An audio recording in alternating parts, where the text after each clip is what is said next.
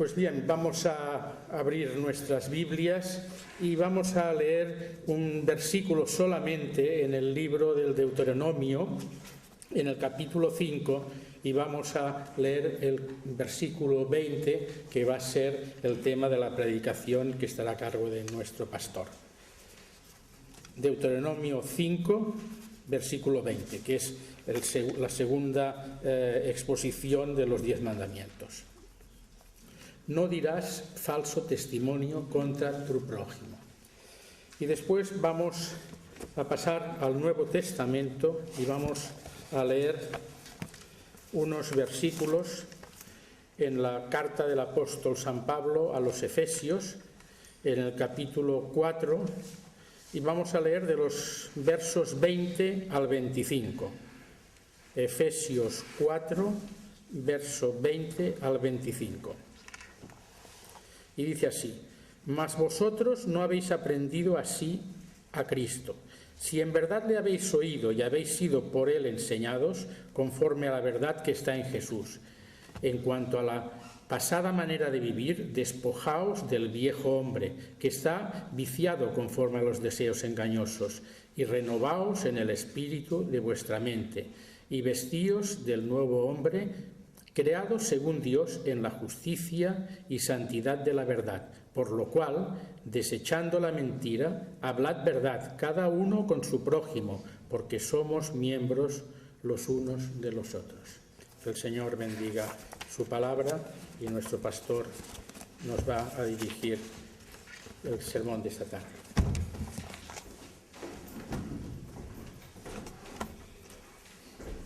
El noveno mandamiento. Vamos a hablar de este no dirás falso testimonio contra tu prójimo. Hay muchas palabras relacionadas con este noveno mandamiento. La exageración, la invención, las excusas y pretextos, las verdades a medias, las fabulaciones, la desinformación, la distorsión, la falsificación, cuentos, mitos, fraudes, malas interpretaciones, manipulación de los hechos, simulación, subterfugio, tergiversación, confundir, camuflar, embaucar, engañar, responder con evasivas, embustes, disimulos, estafas, fanfarronadas, autoengaño, mitomanía, mentira inconsciente, mentira, entre comillas, inocente, mentira piadosa, mentira inofensiva, también entre comillas, y demagogia. Y seguro que la lista podría alargarse bastante más, ¿no? Pero ¿de qué es indicativo esto? Esta pasmosa amplitud del léxico que tiene que ver con la mentira es muy significativa, porque la importancia de un tema para nuestra sociedad también se puede detectar, se puede constatar en las palabras que utilizamos para describirlo, sobre todo cuando la cantidad de palabras es tan enorme. Porque ya os digo, aquí, bueno, es ponerte a pensar en cosas y una cosa te trae la otra, y aquí aún podríamos empezar a añadir sinónimos de estas palabras y tendríamos una lista enorme. Lo cual quiere decir que en nuestra sociedad esto también, como las palabras, abunda. Es preocupantemente abundante todo lo que tiene que ver con la falsedad y la mentira. Jorge Alcalde obtuvo el primer premio en esta década pasada en el Colegio Oficial de Psicólogos y escribe lo siguiente: no podemos evitar mentir. Si vas al psicólogo, quizás sabes que te sientes mejor, no te sientes tan culpable y tan diferente, ¿no?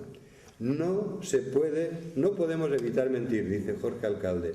Sin el engaño, añade, nuestras vidas serían un horror. Los psicólogos investigan dónde está el límite sano del embuste. Imagínese un mundo en el que no pudiéramos mentir, un mundo en el que fuera imposible disimular un error, magnificar nuestras virtudes, buscar excusas para justificar un olvido, recurrir al eufemismo, obviar calificativos dañinos para el prójimo, mantener un secreto, eludir preguntas comprometedoras. Un mundo sin cuentos, sin cigüeñas que vienen de París. Sería horrible, ¿verdad?, dice el psicólogo. Puede estar tranquilo, porque es imposible, añade. Puede estar tranquilo, el mundo nunca será un mundo sin mentiras, porque es imposible. La mentira forma parte inextricable de nuestra personalidad. Es una estrategia evolutiva. Esto también es fuerte, ¿no? Una estrategia evolutiva, no exclusiva del ser humano. Sirve de catalizador social y ayuda a la formación intelectual del niño desde los primeros estadios de su desarrollo. El primer premio del Colegio Oficial de Psicólogos. Este es el mundo en el que vivimos. Y entonces José Pardina, que escribe un prólogo en la revista especializada a este artículo, dice: los biólogos de la evolución, los psicólogos y científicos del comportamiento están descubriendo en estas 1000 caras de la mentira un auténtico resorte vital que nos ha conformado como especie, no solo permitiéndonos la supervivencia, sino también desarrollando nuestras capacidades intelectuales y sociales. Que nadie, añade al final ya como colofón, que nadie pretenda ver en esto una justificación del engaño. ¿Cómo? Si vas al psicólogo y te dice todo esto, yo creo que dice, bueno, entonces no soy tan raro, no soy tan malo, esto es normal, si es evolutivo, si esto es lo que nos ha permitido sobrevivir y es la base del desarrollo de nuestras capacidades intelectuales y sociales. Lo cierto es que toda verdad es de Dios.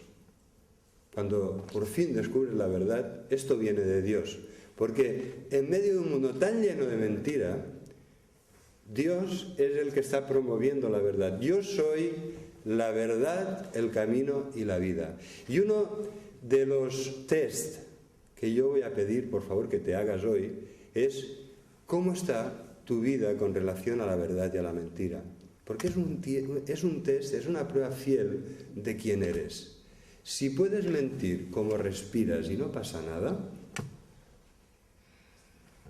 sí pasa mucho.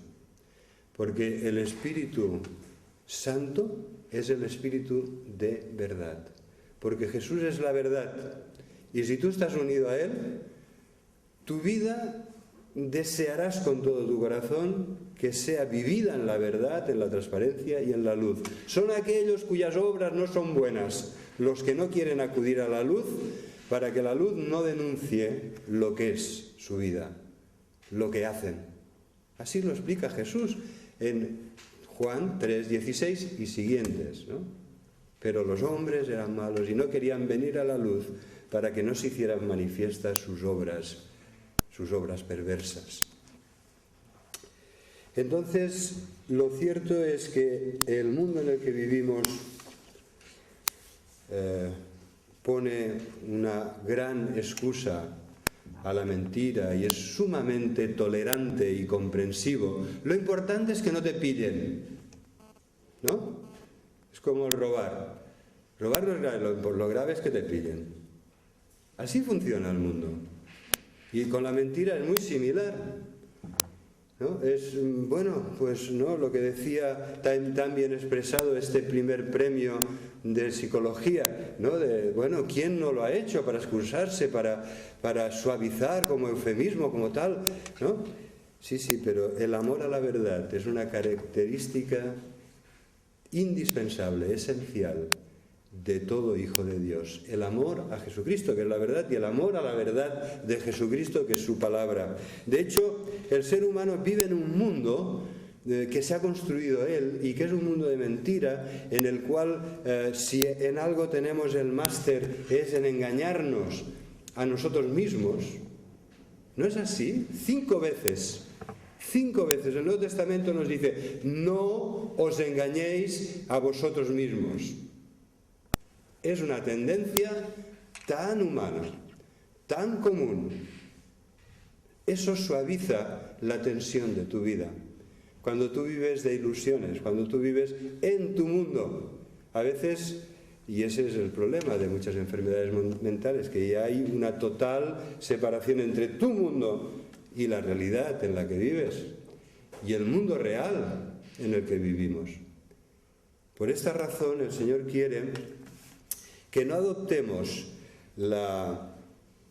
en ningún momento estos baremos con los que el mundo evalúa si esto es importante o no, si es grave o no.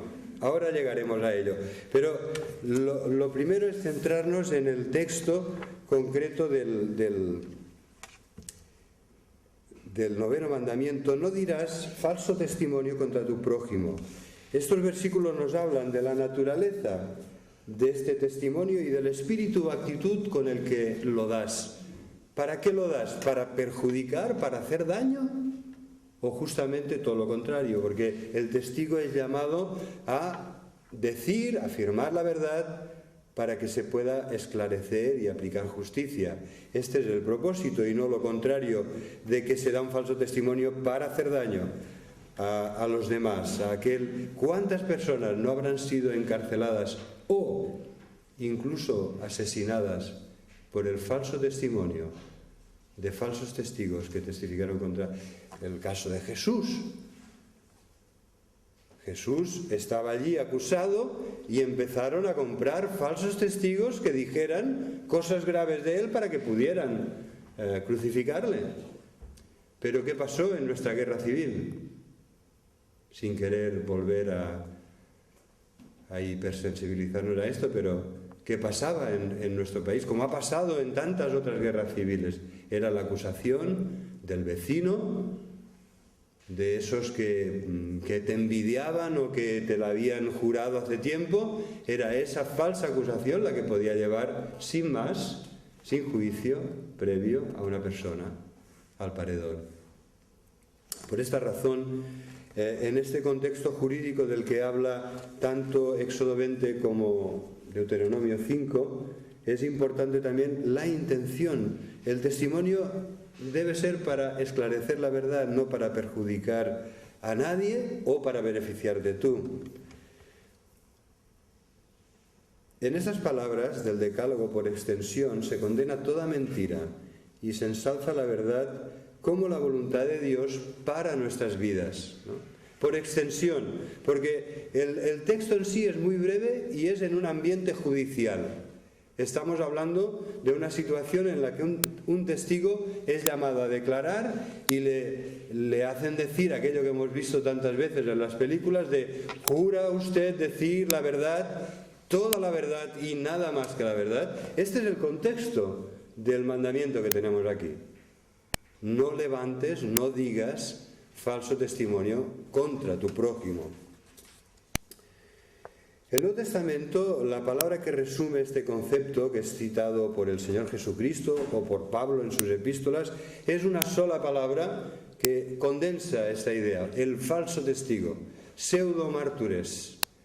En esta palabra vemos, por una parte, lo que no debemos ser falsos testigos de nada ni de nadie, y por otra parte esto marca un contraste con el testigo fiel y verdadero que es nuestro Señor Jesucristo.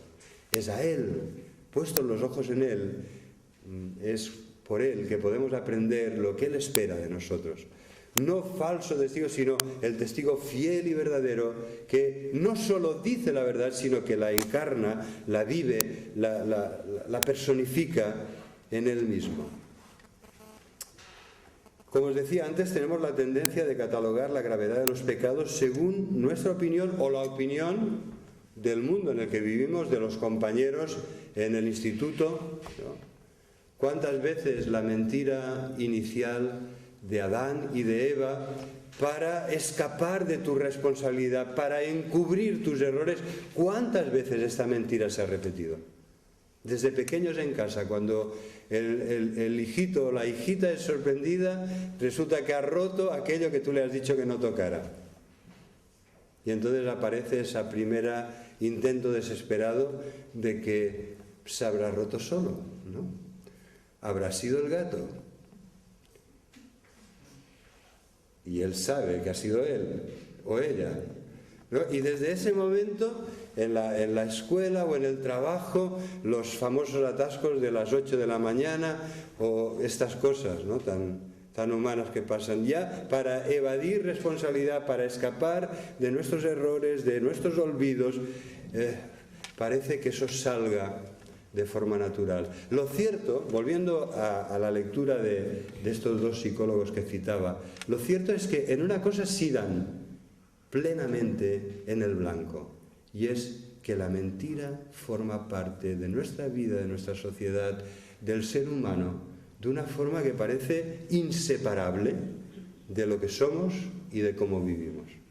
Y en esto ellos, lo que pasa lo explican mal, ¿no? Se ve que es un proceso evolutivo, no sé qué, pero bueno, no conocen los verdaderos orígenes e intentan, con sus hipótesis, explicar plausiblemente cómo eso ha llegado a ser. Pero lo cierto es que tienen razón en la constatación de que este fenómeno nos afecta demasiado a todos y que nuestra sociedad está marcada por ello.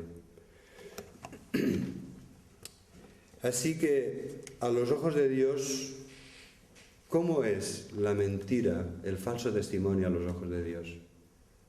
¿De qué forma lo ve Él? Pues ya sabemos cómo lo ve el mundo en el que vivimos. Ya hemos oído muchos comentarios, muchas excusas. Bueno, sí, es un mentiroso, pero mira, es muy simpático, ¿no? Es un mentiroso, pero mira, sí, él es más feliz porque se cree que los demás no nos damos cuenta y así pues, ¿no? La típica mentira de yo tengo esto, yo he hecho aquello, yo he ido aquí, yo soy tan inteligente, esa típica mentira que además cuando ya conoces bien a la persona se ve a la legua lo que está pasando, ¿no? Pues como os decía, a los ojos de Dios sí es grave. No todos los pecados son iguales. Toda transgresión de la ley de Dios, aunque sea pequeña, es pecado ante Dios. Pero no todos los pecados son iguales. En la ley se ve claramente cómo el Señor diferencia entre la gravedad de unos y otros. Y, por ejemplo, en el Antiguo Testamento, en el castigo que corresponde a cada una de las transgresiones y pecados, se ve la gravedad del mismo. Porque es Dios quien promulga esa sabia, santa y justa ley. Y no todos los pecados tenían la misma gravedad ni recibían el mismo castigo. Pero en el Nuevo Testamento se nos habla de cosas tan graves como, por ejemplo, tentar a Dios y mentir al Espíritu Santo. Ananías y Safira. También blasfemar contra el Espíritu Santo, pecado que no puede ser perdonado. La blasfemia. Todo otro pecado, dice Jesús, podrá ser perdonado, pero la blasfemia contra el Espíritu Santo no podrá ser perdonada. O también Juan habla de aquellos que cometen pecados de muerte. Otros pecados no son tan graves, pero dice Juan en 1 de Juan 5, hay pecados que son de muerte, por los cuales yo no digo que se pida perdón y misericordia a esa situación. Y no explica cuáles son, pero son graves. Pecar voluntariamente, pisar al Hijo de Dios, tener por inmunda la sangre del pacto y afrentar al Espíritu de gracia. Hechos 10, 26 al 31, pecados graves. Gravísimos, que han cometido aquellos que han apostatado de la fe cristiana, la han abandonado, han renegado de ella y han vuelto atrás, han retrocedido. Pero nosotros, dice el autor de la carta, no somos de los que retroceden para perdición, sino de los que perseveran en la fe para salvación. Este es el propósito de Dios. Y así que, aunque humanamente la mentira se tiende a catalogar como un pecado no muy grave, no es así a los ojos de Dios. No es así a los ojos de Dios. Dice el libro de Proverbios, escuchad estas sentencias de la palabra de Dios en Proverbios, capítulo 6, del 16 al 19. De una forma muy pedagógica nos dice: 6 cosas aborrece el Señor y aún 7 abomina su alma. Mirad cuántas de ellas tienen que ver con la verdad y la mentira. Vamos a escucharlas y vamos a ver cuáles de estas 7 tienen que ver con la mentira. Los ojos altivos, la lengua mentirosa, las manos derramadoras de sangre inocente, el corazón que maquina pensamientos inicuos, los pies presurosos para correr al mal, el testigo falso que habla mentiras y el que siembra discordia entre hermanos. ¿Cuántas de las 7? ¿Cuántas? No, de las 7 yo he contado 4 que pueden tener directa o indirectamente que ver con la mentira, con el falso testimonio. La lengua mentirosa, la siguiente sería el corazón que maquina pensamientos inicuos, ¿no? Y para después ejecutarlos, indirectamente quizá también está pensando en esto. El testigo falso que habla mentiras, directamente refiriéndose directamente al noveno mandamiento, y el que siembra discordia entre hermanos. ¿Cómo se siembra cizaña? ¿Cómo se siembra discordia?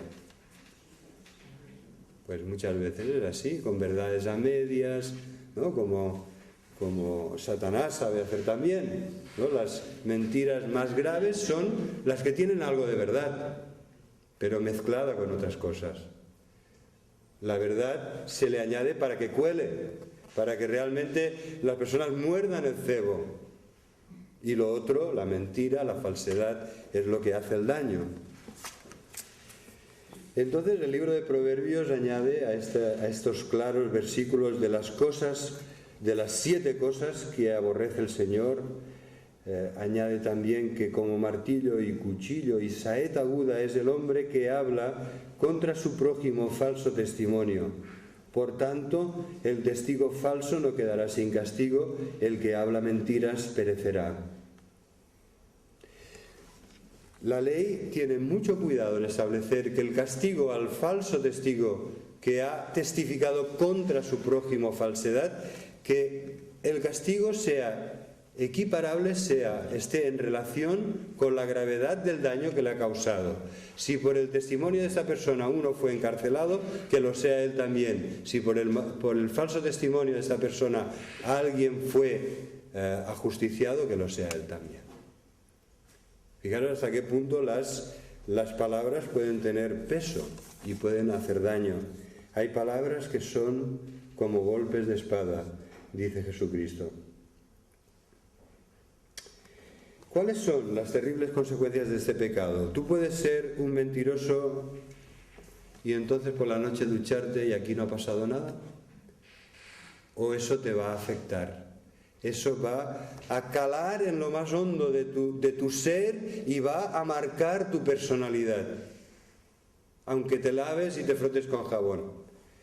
Pues sí, eso es lo que dice la palabra de Dios, que la mentira destruye el carácter y la integridad del que miente, dándole mala conciencia o, en casos extremos, esta llega a cauterizarse. Ya estás tan acostumbrado, te acabas tú mismo habituando, creyendo esas mentiras o viendo que es el mejor método que tú conoces para ir tirando, y la conciencia se cauteriza. Pero la persona que se acostumbra a mentir, dice la palabra de Dios, pierde la comunión con Dios, pierde la paz y el gozo de la salvación y puede acabar, como decía antes, creyéndose sus propias mentiras, siendo él el más engañado de todos porque ya vive en un mundo de ficción. El mundo en el que vivimos vive en este mundo de ficción, que además el mundo mismo potencia, realimenta, desarrolla. ¿En qué sentido lo digo? Que todos tienen, pues lo hemos visto ahora con lo de Mi Esperanza. Ninguna cadena de televisión quiere proyectar eso, ni pagándolo a precio de publicidad. Ni pagándolo como publicidad lo quieren poner. ¿Por qué? Porque prefieren seguir con su programación telebasura, las que son de esa línea, o con una programación diferente, pero sobre todo sin comprometerse con la verdad de Dios y de su Evangelio.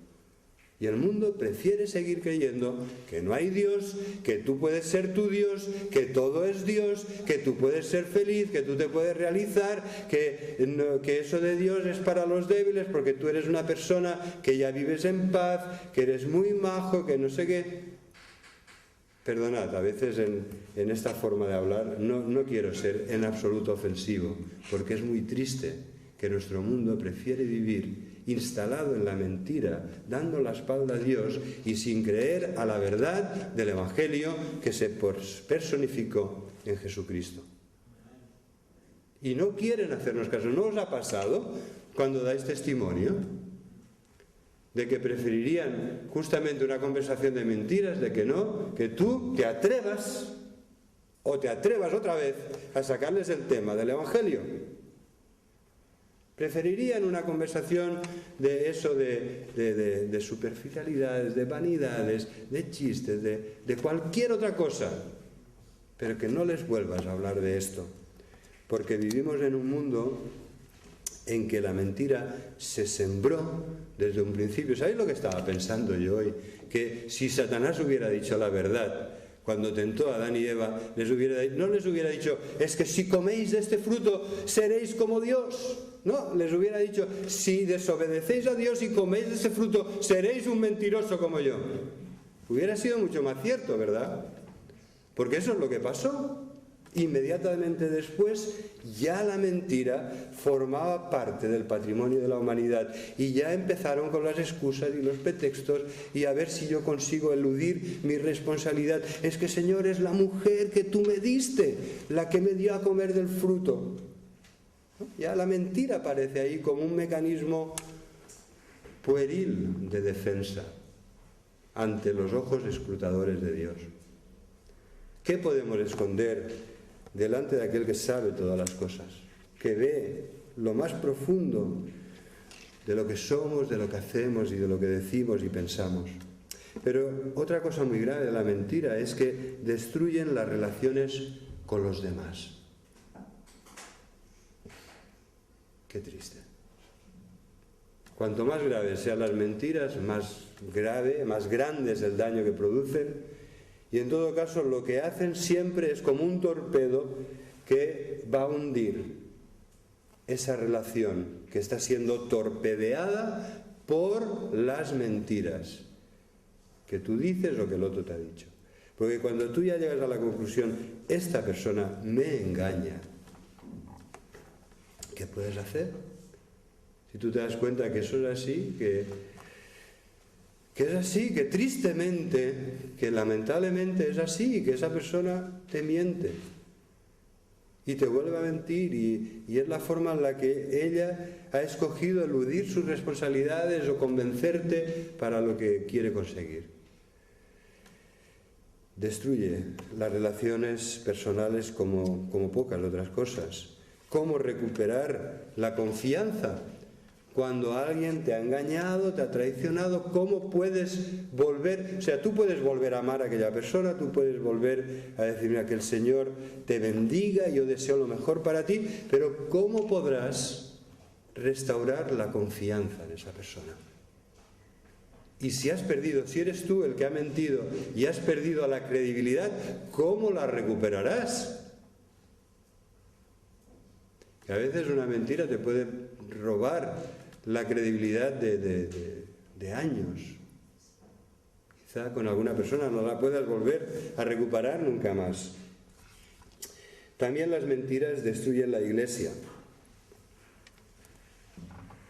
¿Qué es la iglesia? Los que seguimos a aquel que es la verdad, el camino y la vida. La iglesia es columna y baluarte de la verdad. La iglesia ha nacido del Espíritu Santo, que es el Espíritu de verdad, que nos ha querido iluminar para que entendamos el Evangelio y para que nos demos cuenta que estamos viviendo en un mundo de mentira, de dar la espalda a Dios, de falsedad, de autosugestión, de autoengaño. Yo soy mi Dios, yo soy el Señor de mi vida, puedo hacer lo que quiera y así seré feliz y conseguiré más. Y cuando llega el Señor con su Espíritu a nuestra vida, trae la luz y resulta que nos damos cuenta de quién somos en realidad y de cuánto le necesitamos. Pero además la mentira destruye también el alma, destruye el carácter y la integridad del que miente, destruye las relaciones personales, destruye la iglesia y destruyen el alma. Porque aquel que se instala en una vida de mentira no puede entrar en el reino de los cielos. Así lo dice la palabra de Dios. Ningún mentiroso tendrá parte en el reino de Dios. Ya que, como os decía al principio, ningún mentiroso no arrepentido. Porque en este sentido, ¿quién puede decir, quién está libre de pecado y tirar la primera piedra? Es decir, yo nunca he mentido, jamás, como aquel joven rico. Señor, el decálogo, yo lo he guardado siempre, todo desde mi juventud. No le había amanecido, hermanos, no le había amanecido. Esa persona no se daba cuenta de quién era en realidad, no se daba cuenta de que se había cerrado a compartir lo mucho que tenía con el prójimo, no se había dado cuenta de que Dios no quería solo una obediencia externa y formal, sino que quería una vida consagrada de obediencia y de glorificar el nombre del Señor. La mentira, su origen ya sabéis que es Génesis 3, si coméis, con que Dios os ha dicho que no comáis de ningún fruto, ¿verdad? Dice, no, podemos comer de todo menos de este. Bueno, Satanás ya les había llevado al terreno que quería. Bueno, pero ¿por qué? Porque si comemos moriremos. No. Esto no es así, esto es mentira. Esta es la estrategia de Satanás. Lo que te dice Dios, lo que te dice Jesucristo es mentira. No, esto no es así. Si comes, qué maravilloso, serás como Dios. Serás un mentiroso como yo. Y al final eso es lo que inoculó en el ser humano. Y ahí está. Ya lo tenemos vía genética desde ese día. Ese es el origen espiritual de la mentira, pero si analizamos, muchas veces la mentira, si analizamos nuestras vidas, tiene un origen humano en nuestra personalidad, porque aquellos que son, dice Jesucristo, vosotros sois de vuestro padre el diablo. ¿Y quién es el diablo? Es padre de mentira, homicida desde el principio, cuando habla mentira de suyo habla. Este es el cuadro que pinta Jesús del diablo. Y aquellos que no han querido arrepentirse de sus pecados se parecen a aquel que es el que les está influenciando, el espíritu de maldad y de mentira que les influencia, ¿no? Entonces se encontraron una vez en Israel de que todos los profetas del reino decían, id a la guerra, vais a vencer. Era un espíritu de mentira que había entrado en todos ellos. Solo había un profeta fiel de Jehová que les dijo, es falso. Si vais a morir. Va a morir el rey. Entonces, muchas veces esta es la opción. ¿Por qué espíritu te vas a dejar gobernar? ¿Te vas a dejar influenciar? La mentira nace de nuestra propia malicia. El hombre perverso, dice Proverbios, levanta contienda y el chismoso aparta los mejores amigos. La envidia es otra de las fuentes muy frecuentes de mentira, ¿no? Y si no, ¿cómo entender todo? Dice, a ver, cuando hablamos de una cosa mala, decimos, fulanito de tal ha tenido este error, ha cometido este pecado, ha tenido este fallo, pero cuando hay una virtud debemos reconocer que tal persona esto lo ha hecho muy bien. Parece que nos cueste, ¿no? Cuando estamos ensalzando algo bueno, cuando es lo malo sale de forma mucho más rápida y natural. Pero si os fijáis en el refranero, tal como Roberto Beler lo recoge en su libro sobre los 10 mandamientos, fijaros cuántos dichos hay de aquí, diríamos Sabadell, Tarrasa, mala raza, ¿no? Y entonces Burgalés, mala res, hijos de Madrid, uno bueno entre 1000, y otro, ¿qué haré en Madrid si no sé mentir? ¿No? ¿Cuántas veces en estas bromas que no lo son tanto entre las ciudades, y cuántas veces cordobés, falso y cortés, con los de Cuenca ni trato ni cuenta, granaíno, ladrón fino, y así, y cada una la han bautizado, a cada ciudad la han bautizado de una manera o de otra. ¿Por qué? Muchas veces por envidia, por maldad, porque eso sale de forma natural, o del miedo, como os decía al principio, para intentar eludir responsabilidades. También es muy triste cuando la mentira nace de la jactancia, exagerando nuestros logros, nuestras virtudes, ¿no? Qué pena. Que lo digan los demás, ¿no? Si realmente el Señor en nosotros ha hecho una obra y hay algo digno de alabanza, que lo digan los demás. Qué pena cuando uno tiene que estar colocándose medallas y echándose flores antes delante de los demás. Vamos a ir al texto que hemos leído de Efesios, porque en este texto la verdad es el protagonista absoluto. ¿Cómo hemos aprendido a Cristo? Versículo 20, Efesios 4:20. ¿Cómo hemos aprendido a Cristo? Hagámonos esta pregunta: ¿cómo hemos aprendido a Cristo? ¿Cuál es el concepto que tenemos de Él? ¿Qué nos ha enseñado el Señor? ¿Cómo debemos vivir? Llevando como una antorcha la verdad para que alumbre nuestras vidas en primer lugar y después las de los demás.